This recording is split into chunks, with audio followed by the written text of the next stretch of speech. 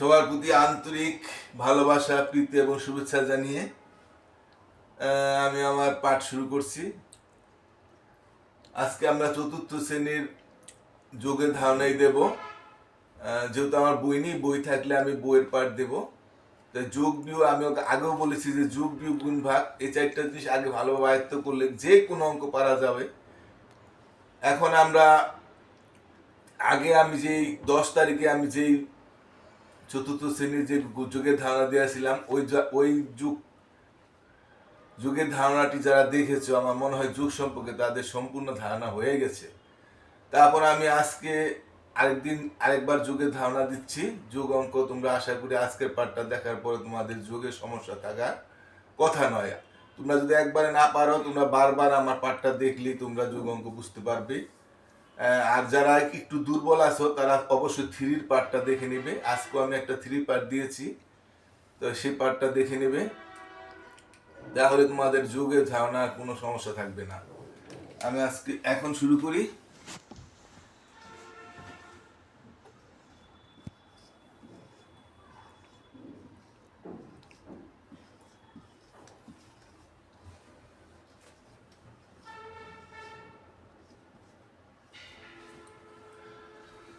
আমরা 467, 456, 708, 460 দিয়ে যোগ করছি। এখানে আমার 4টি সংখ্যা আছে। 4টা হোক, 5টা হোক, 6টা হোক, 7টা হোক, সবই একই নিয়মের যোগ। 3বার যোগ করবো, 4বার থাকলে 4বার যোগ করবো, এইটুই পার্থক্য। 5বার থাকলে 5বার করবো, এটাই শুধু পার্থক্য।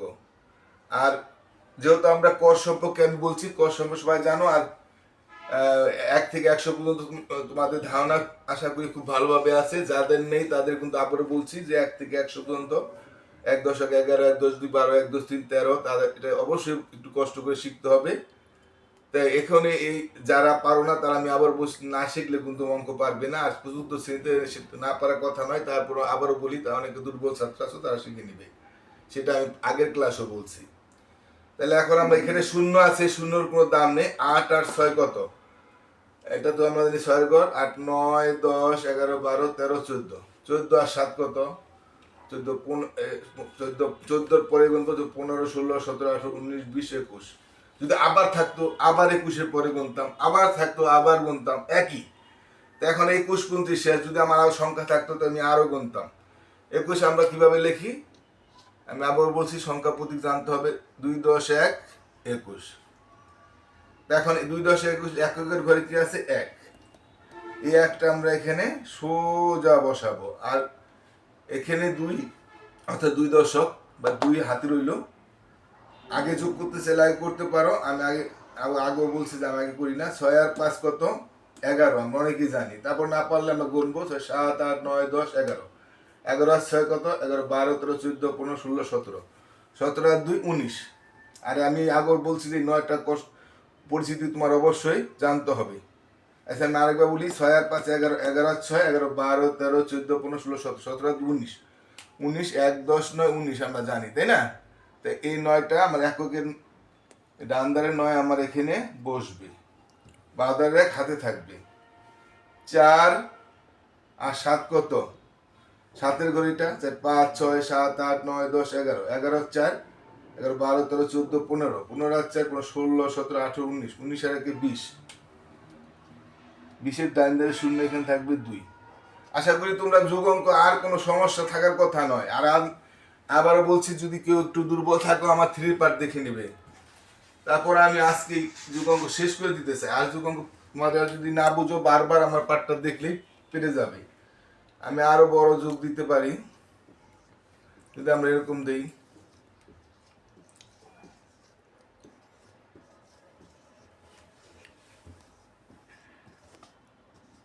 আরো দিতে পারি, যত দিই কোনো সমস্যা হওয়ার কথা নয়। শুধু তোমার হাতের কর জান থাকলে আর সংখ্যা পদ্ধতি না থাকলে যোগ অঙ্ক কোনো সমস্যা নয়। তারপরে বিয়োগ অঙ্ক শেখাবো। বিয়োগ অঙ্ক একটু সামান্য একটু কঠিন, কিন্তু কিছুই না, ওইটাও তোমরা অতি সহজে পারবে। তাহলে আমার এখানে আছে 5। 5 আর 6 কত? 6, 7, 8, 9, 10, 11। 11 আর 4, 11, 12, 13, 14, 15। 15 আর 5, 15, 16, 17, 18, 19, 20। এগুলি জানা থাকলে আর যোগে কোনো সমস্যা নাই, কর এই 9টা কর জানা থাকলে কোনো সমস্যা নাই। 20, তাহলে আমরা 2 10 20, শূন্যটা আমরা এখানে নামাবো, বাদেরটা আমাদের এটা আমাকে বলছি এটা একের ঘরে দশক, এটা দশকের ঘরের সাথে যোগ হবে। তাহলে 4 4 8, আমরা এটা জানি, এটার আর কর গুনলাম না, না জানলে কর গুনে নিবে। 8 আর 5, এটা 5-এর ঘর 8 9 10 11 12 13, 13 আর 7, এটা 7-এর ঘর 13 14 15 16 17 18 19 20, 20 আর 2 22, 2 10 2 10 2 2 10 2 22, এটা আমাদের শেষ। 2 10 2 22, তাহলে 2 ডাইন দের 2 আমরা এখানে নামবে, হাতে রইল, বাদের 2 হাতে রইল। তো 5 আর 6 কত? 11, আমরা অনেকে জানি না, গেলে গুনবো 5 6 7 8 9 10 11, 11 আর 6 11 12 13 14 15 16 17, 17 আর 2 19, 1 10 9 19, 1 10 9, 9টা আমার এখানে নামবে, বাদের 1 আবার হাতে থাকবে। তা 7 আর 6 কত? 7 8 9 10 11 12 13, 13 আর 4 14 15 16 17, 17 আর 4 18 19 20 21, 21 আর 1 22, তাহলে এই 2 এখানে থাকবে আর বাদের 2 এই সোজা আসবে। আমি তোমাদের সব বলছি, আগেও বলছি কিভাবে লিখতে হবে, সোজা সোজা মাঝখানে লেখা যাবে না। তো এই যে আমরা 4 সংখ্যা করলাম, 5 সংখ্যা দিই, 6 সংখ্যা দিই, তোমাদের কি সমস্যা হওয়ার কথা?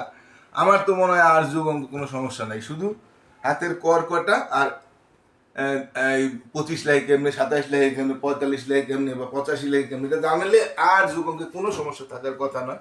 তারপর আমি আরো একটা যোগ অঙ্ক দিয়ে শেষ করব। আমি যদি আমি এভাবে এই যোগ অঙ্কটা করি, আমি এখানে কোনো সংখ্যা দিইনি, এখানে এখানে এখানে 4576, এখানে 453 46 5, আমরা এভাবে আমার ডাইন দ্বারে ঘর পূরণ করতে হবে। তা এখন আমি কিভাবে লিখবো, কিভাবে যোগ একদম, এটার এদিকে 5 আর 6 কত? এটা 6-এর ঘর, 5 6 7 8 9 10 11, 11 আর 3 11 12 13 14, 14 আর 6, এটা 6-এর ঘর 14 15 16 17 18 19 20, 2 2 0 20, শূন্যটা আমরা এখানে নামলো, বাদের 2 হাতে থাকবে, একই নিয়ম সব। 4 আর 5 9 আমরা জানি, না পারলে আমরা গুনবো, 9 আর 7 10 11 12 13 14 15 16, 16 আর 2 16 17 18, আর এখন আর অত আসতে বোঝানোর কিছু নাই, কারণ তোমরা ইতিমধ্যে বুঝে গেছো।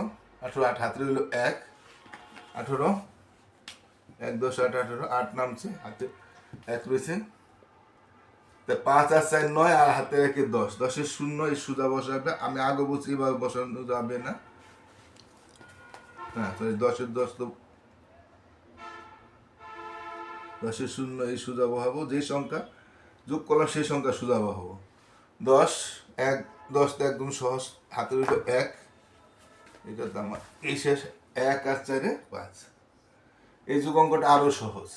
এইভাবে আমাদের যে কোনো যোগ অঙ্ক আমরা যদি করি, আমার মনে হয় তোমাদের আর যোগ অঙ্কে কোনো সমস্যা থাকার কথা না। তাই যারা এখনো যোগ অঙ্কে যদি কেউ, আবার বলছি কেউ যদি একটু দুর্বল থাকো, এই পাঠটা আমার বারবার, প্রথম যে 10 তারিখের পাঠ দিই সেই পাঠটা আর এই পাঠটা বারবার যদি ঘুরিয়ে ফিরিয়ে দেখো, টেনে দেখো, তাহলে তোমাদের আর সমস্যা হবার কথা নয়। আর যারা, আবারও বলছি, যারা একটু দুর্বল আছো, তারা 3 পার্ট 2টা যোগের ধারণা দিয়েছি, ওই 2টা পার্ট দেখলে, পাশাপাশি 2টা দেখলে আর তোমাদের কোনো যোগ অঙ্ক সমস্যা থাকার কথা নয়। তাই আমি আশা করি বই আমি যেভাবে জোগাড় করতে হবে আমাকে, বই পাইলে আমরা বইয়ের পাঠ দেবো।